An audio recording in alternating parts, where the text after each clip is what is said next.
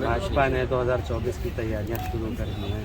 3 राज्यों में भाजपा जीती है, उसके बाद माना जा रहा है कि 24 में भी जो है भाजपा अपराध करेगी। इस पर क्या कहेंगे? मैंने कई मौक़ों पर कहा कि जिस तरह का परिणाम आया है भारतीय जनता पार्टी के लिए चिंता का विषय है। जहां कहीं टीवी पे, अखबार में या और लोगों से जो सुनने का मौका मिला है, सभी ने ये कहा कि परिवर्तन के लिए जनता ने वोट दिया।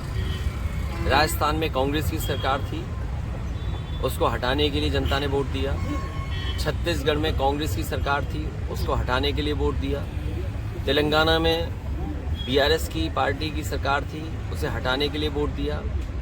मध्य प्रदेश की परिस्थितियां अलग थी। समाजवादियों को भी साथ लिया होता या अन्य दलों को साथ जोड़ा होता तो परिणाम मध्य प्रदेश का भी परिवर्तन का होता। जितने भी लोग हैं जिन्होंने भी उसकी समीक्षा की है चुनाव की, उन्होंने कहा कि जनता परिवर्तन चाहती थी और कुछ योजनाओं को लाभ पहुंचा, इसलिए सरकारें बनी।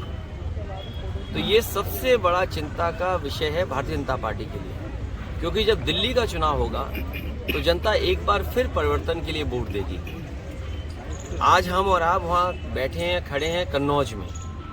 आप खुद पीछे मुड़ करके देखें कि कन्नौज के विकास को किसने रोका है। ये बातें तो बड़ी बड़ी विकास की करते हैं, बातें इनकी विकास की हैं, लेकिन काम इनके विनाश के हैं। यही मंडी जिसमें आलू से लेकर के किसान को हर फसल की सुविधा मिल जाती है, वो अभी भी आधी अधूरी पड़ी हुई है। केवल हम लोगों के बोलने की वजह से वो चालू हो गई। तिरवा रोड पर मेडिकल कॉलेज के सामने मंडी का बाजार था, किसान बाजार, वो अभी भी आधा अधूरा पड़ा हुआ है।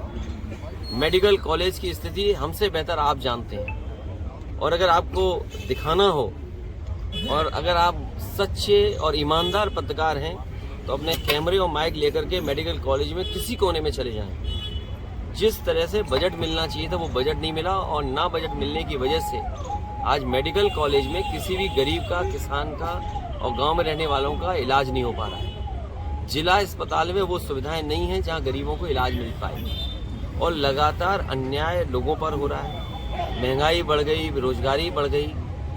आप कन्नौज में बताइए, क्या कोई कारखाना लग गया? क्या उद्योग कोई आ गया? यही बीजेपी के लोगों ने सपना दिखाया कि निवेश के लिए हम बड़े बड़े कार्यक्रमों का आयोजन हुआ। क्या निवेश पहुंचा जमीन पर?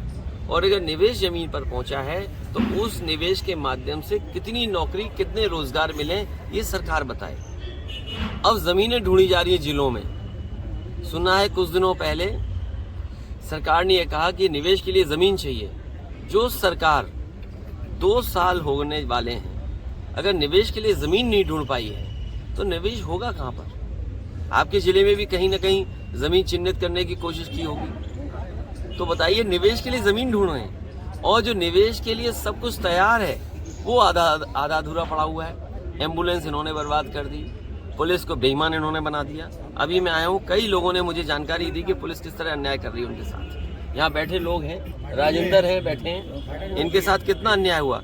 मुझे होम सेक्रेटरी तक कहना पड़ा, तब थोड़ी बहुत राहत मिली होगी उन्हें। तो ये स्थितियां हैं।